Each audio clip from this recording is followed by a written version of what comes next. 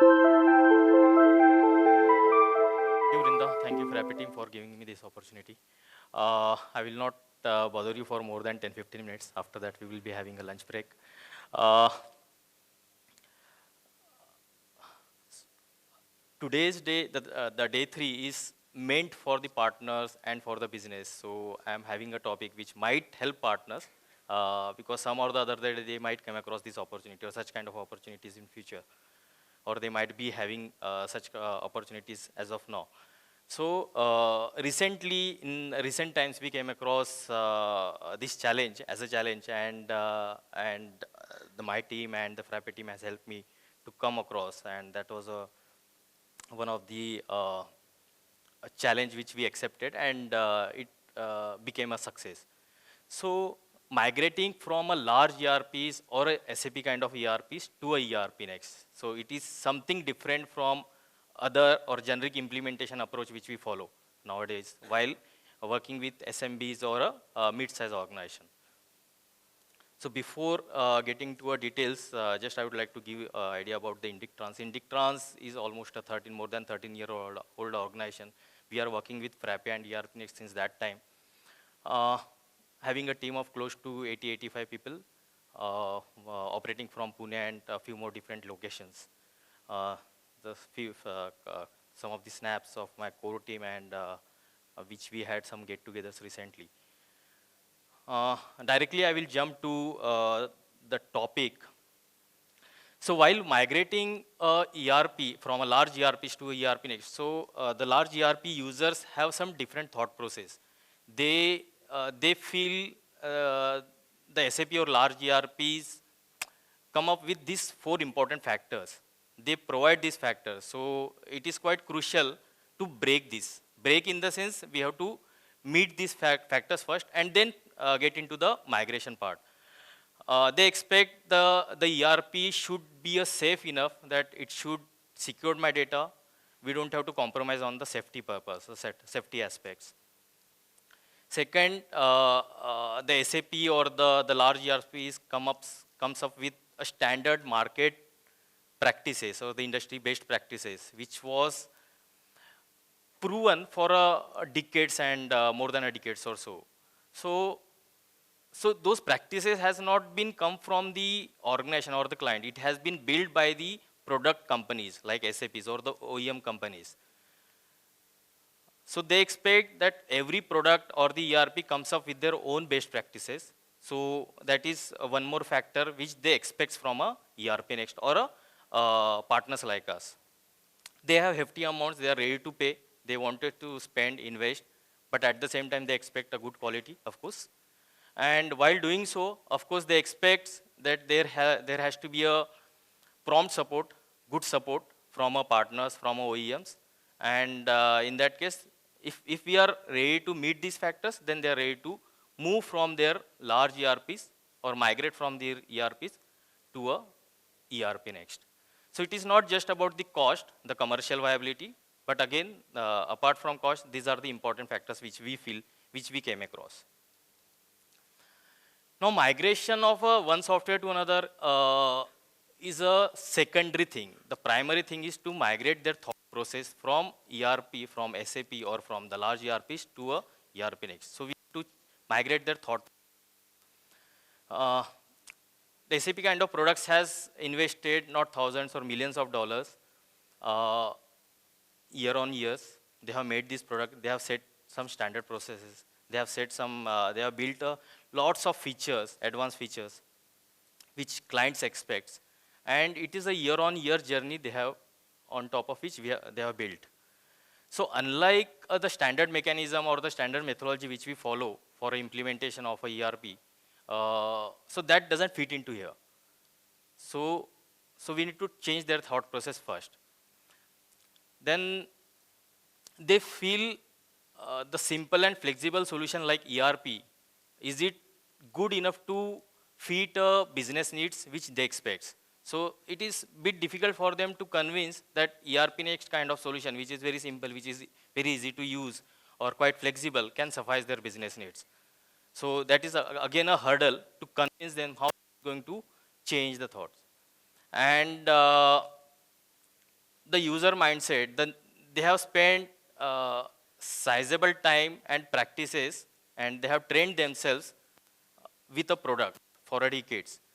So I feel when we migrate from a ERP or from a one mindset to another mindset, so it is not just about changing from one software to another. It is about getting into their mindsets, understand their thought process, and then first change their thought process, and then move to a software part about migrations.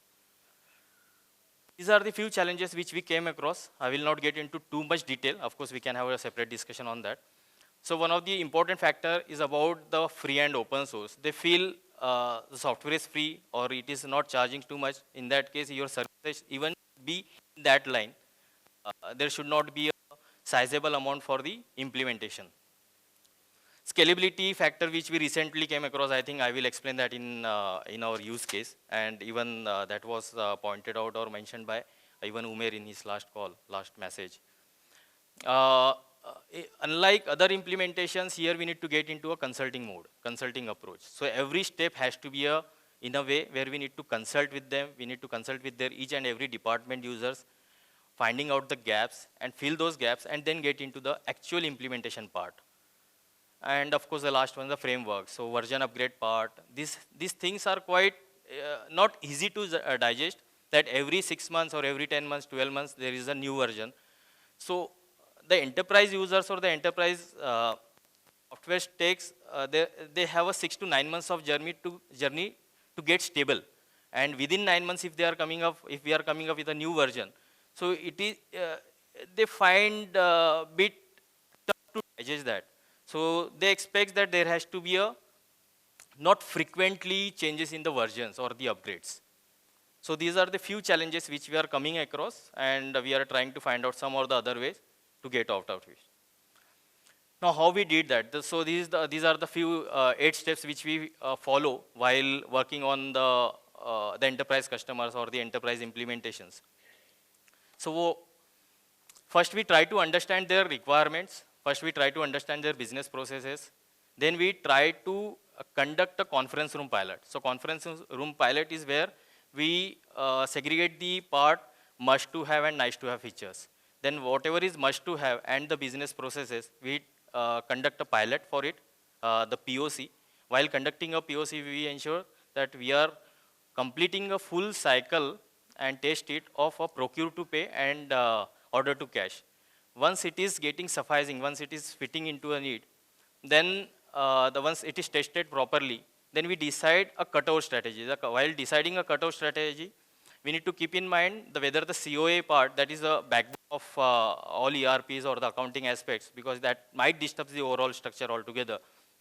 So we have to ensure COA is properly set and it is in line with their accounting practices.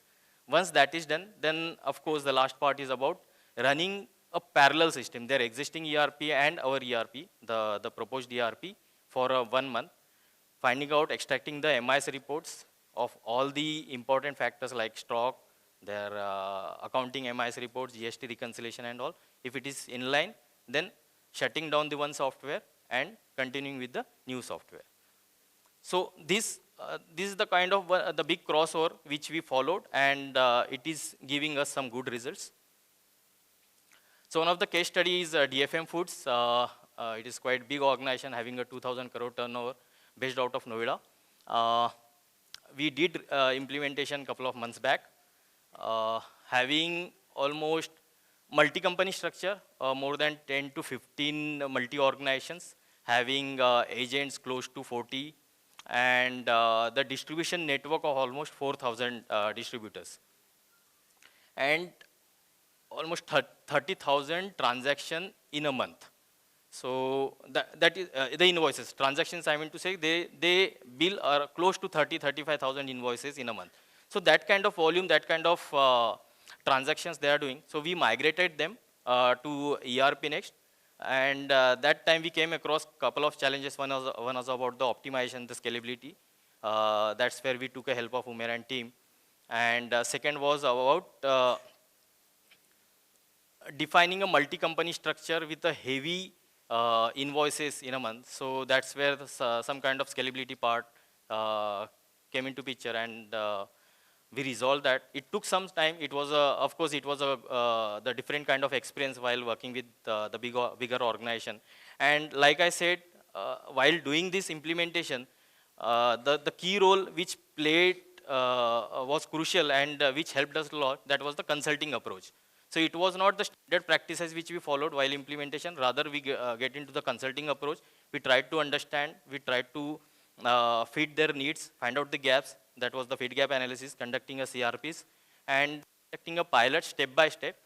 Though it took sizable more time, but still it was the overall implementation took, I think, almost 5 months. And we completely migrated their sales and distribution, which was using for a decade, completely migrated to the ERPNext. So now they're all accounting part, sales and distribution, their manufacturing, everything is on ERPNext. So that was a big implementation for us, the enterprise implementation.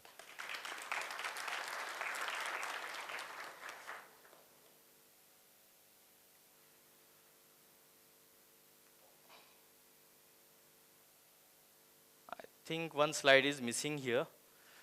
That was the crucial slide. Last year when I presented in a conference, that time we were having 26 sites on a FC, and that was a new experience for us. So we made a challenge for us and given a target that we should cross at least 70, and exactly the same number we have crossed. So we have currently 70 sites on FC, and that is almost 80 to 90% customers are on a FC, Frappe Cloud. And very rare customers we have on premises or outside Frappe.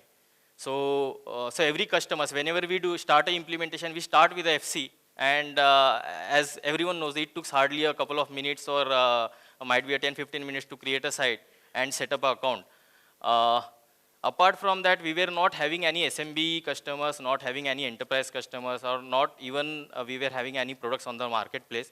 So currently we have almost 3 to 4 SMB customers, one enterprise customer, that is the DFM Foods, and almost I think 4-5 products on a marketplace, which is completely, which was designed for our customers, and now it is free and open source released on the marketplace. So everyone can use it. It is quite usable, like help desk management or conference management, visitor management, asset management, so which is quite required for all the big size organizations for managing a facilities. So those products has been deployed on marketplace and everyone can use it. So these are some of the numbers which we feel was an achievement for us in last a year. Our internal achievement is we have 4 different locations in India, the physical presence. Why it is required? Because once we, if you want to meet any customer, so they expect there has to be some local presence, so we can have a face-to-face discussions. So we started our offices in Nagpur, Hyderabad, Mumbai, and Pune. Anyway, we have a local presence already.